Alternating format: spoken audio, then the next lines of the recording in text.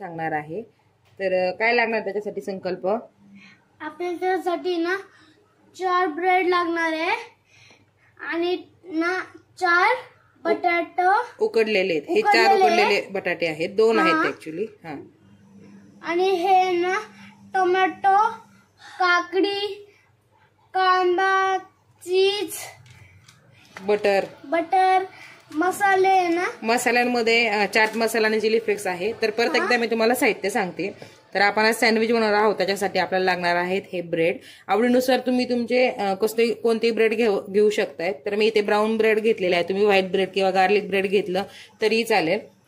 आणि ते उकडलेले बटाटे घेतलेले आहे। आवडीप्रमाणे तुम्ही भाज्या कुठल्याही घेऊ शकता, शिमला मिरची, गाजर, त्याच्यामध्ये परत तुम्ही पनीर टाकू शकताय किंवा मशरूमही टाकू शकताय। तर माझ्याकडे जे अवेलेबल भाज्या आहेत, तर खरं त्याचं कारण एवढं एकच आहे की मुलं शक्यतो भाज्या खात नाही किंवा कच्च्या भाज्या खाणं बऱ्याचशा चांगलं असंच की शिमला मिरची, तर ते मुलं खात नाहीत, तर तुम्ही सँडविचमध्ये टाकून देऊ शकताय। ते बटाटे 2 उकडून घेतलेले आहेत मी, उकडलेले बटाटे, टोमॅटो आहे, काकडी आहे, कांदा आहे, चीज बटर आणि ऑप्शन आहे तुमच्याकडे नसेल टाकायचं तुम्हाला, तुम्ही ते स्किप करू शकताय, चिली फ्लेक्स आणि चाट मसाला आहे। तर चला मी तुम्हाला पुढची प्रोसेस दाखवते काय करायची ते। तर गाईच्या आतमध्ये आता आपण आहे ना काकडी, टोमॅटो आणि कांदा शिरून घेतलेला आहे। तर पुढची रेसिपी बघा। आता आपण काय करूया, तर संकल्पने सांगितल्याप्रमाणे आपण काकडी, कांदा आणि टोमॅटो मी हाताने चिरलेला आहे, तो जास्त बारीक झाला की पाणी सुटतं, आणि बटाटा जो आहे तो आपल्याला किसून घ्यायचा आहे। तर बारीक मी याच्यासाठी केलंय, बऱ्याचदा काय होतं आपण गोल गोल चकल्या करून टाकल्या तर मुलं ते काढून टाकतात सँडविच मधनं आणि ते खात नाही, आणि आपल्याला जे मुलांना खाऊ घालायचं असं ते मुलं खात नाही। त्याच्यामुळे शक्यतो तुम्ही भाज्या ज्या आहे त्या थोड्याशा अशा बारीक चिरून घ्या, जेणेकरून त्या मुलांच्या पोटात जातात आणि मुलांना त्या काढता येत नाही।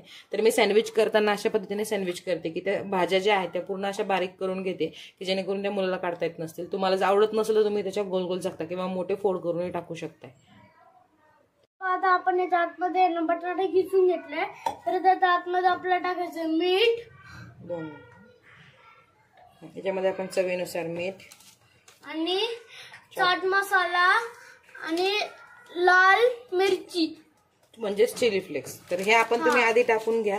तर तुम्ही काकडी टाकल्यानंतर जर हे टाकलं तर ते थोडंसं पाणी सुटतं मिठाला, तर आणि त्याच्यानंतर शेवटी जे आपण हे काकडी टोमॅटोचं मिश्रण आहे तर ते टाकायचं त्याच्यामध्ये आणि व्यवस्थित असं मिक्स करून हे करायचं। टाकतो तू? ठीक आहे, टाक। हे त्याच्यामध्ये आपण काकडी, टोमॅटो, कांदा जो बारीक चिरलेला आहे, तो बटाटा होता किसलेला, त्याच्यामध्ये आपण टाकणार आहोत आणि व्यवस्थित असं मिक्स करून त्याचं एक मिश्रण तयार करून घ्यायचं।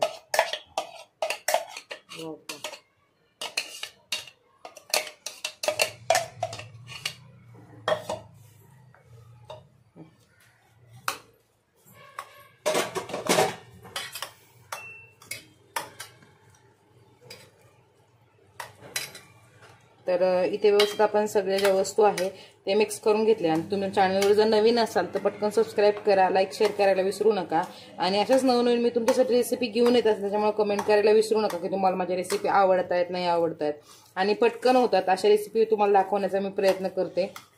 तर प्लीज सबस्क्राईब करा आणि व्हिडिओ पूर्ण बघत जा की जेणेकरून तुम्हाला त्याच्यामध्ये मी टिप्स सांगते किंवा काही साहित्य वापरलेलं आहे ते किती प्रमाणात वापरलेलं आहे ते व्हिडिओच्या शेवटी मी देत असते, त्याच्यामुळे व्हिडिओ शेवटपर्यंत बघा। तर इथे मी सगळं जे मिश्रण आहे ते व्यवस्थित आपण मिक्स करून घेतलेलं आहे आणि आता आपण सँडविचची मेकिंग करणार आहोत। तर इथं हे मेयोनीज आहे आणि टोमॅटो केचप आहे, त्या दोन्ही मी मिक्स करून त्याचा एक सॉस बनवणार आहे। तर ते खायला खूप छान लागतं, तसे मुलं खात नाही, तुम्हाला आवडीप्रमाणे तुम्ही सॉस याच्यामध्ये चिली सॉस मिक्स करू शकताय। मुलं तिखट खात नाही म्हणून याच्यामध्ये मी चिली सॉस वापरलेला नाहीये। तर हा व्यवस्थित आपण सॉस जो आहे तो मिक्स केलेला आहे, आणि आता हे जे ब्रेड आहे तर याला आपण लावणार आहोत बटर।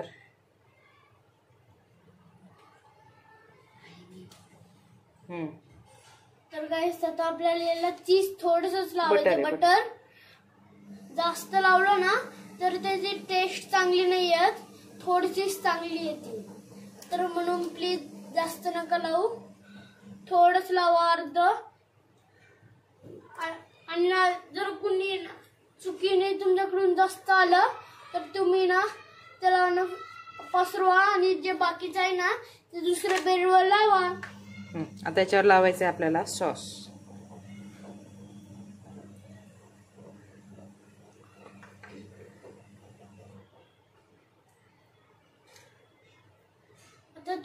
त्याच्यामध्ये आपण बनवलेलं आहे ना ते टाकायचंय आणि मग याला त्याला कुकिंग करायला ठेवायचंय. ते सगळं बरं ठेवू ना.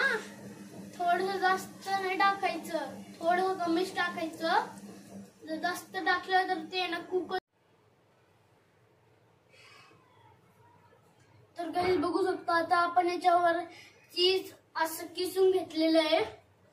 आता आपण त्यावरती ते दुसरं ब्रेड लावूया आणि मग त्याला आपण शिजायला ठेवूया. हे पाच त्याला टाकून घ्यायचंय आणि ना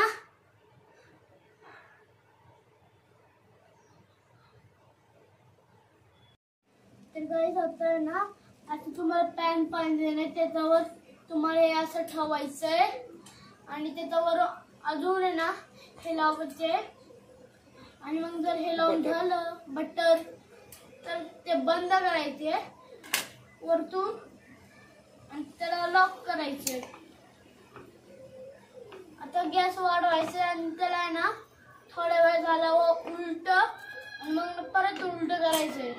असं उलट करत करत ते दोन्ही साईडनी शिजून जाईल. मग आपण त्याला खाऊ शकतो. तर असं आपल्याला थोडा वेळ करत राहायचंय आणि मग आपलं झालं. तर तुम्ही बघू शकता एकाच प्रकारे केलं जातंय आणि गॅस थोडस वाढवून राहू द्या. आणि जर गॅस जास्त असला ना तर त्याला प्लीज कमी करा थोडस, नाहीतर ते जळून जाऊ शकतं. आणि ना एकदा मध्ये मध्ये उघडून बी चेक करत जा ते ना शिजले का नाही. जर उघडून चेक नाही केलं तर तुम्हाला कळणारच नाही की अरे हे तर जळून गेले. तर फ्रेंड आपलं इथं मस्तपैकी सँडविच तयार आहे. तर ही सँडविच तुम्ही घरी तयार करून बघा आणि मुलांना नक्की आवडेल. आणि चॅनलवर नवीन असाल सबस्क्राईब करा, लाईक शेअर करायला विसरू नका. तर गाईस आता आपण एक खातोय सँडविच. अक्षर तुम्ही याला आहे ना खाऊन घे, खाऊन घे तू.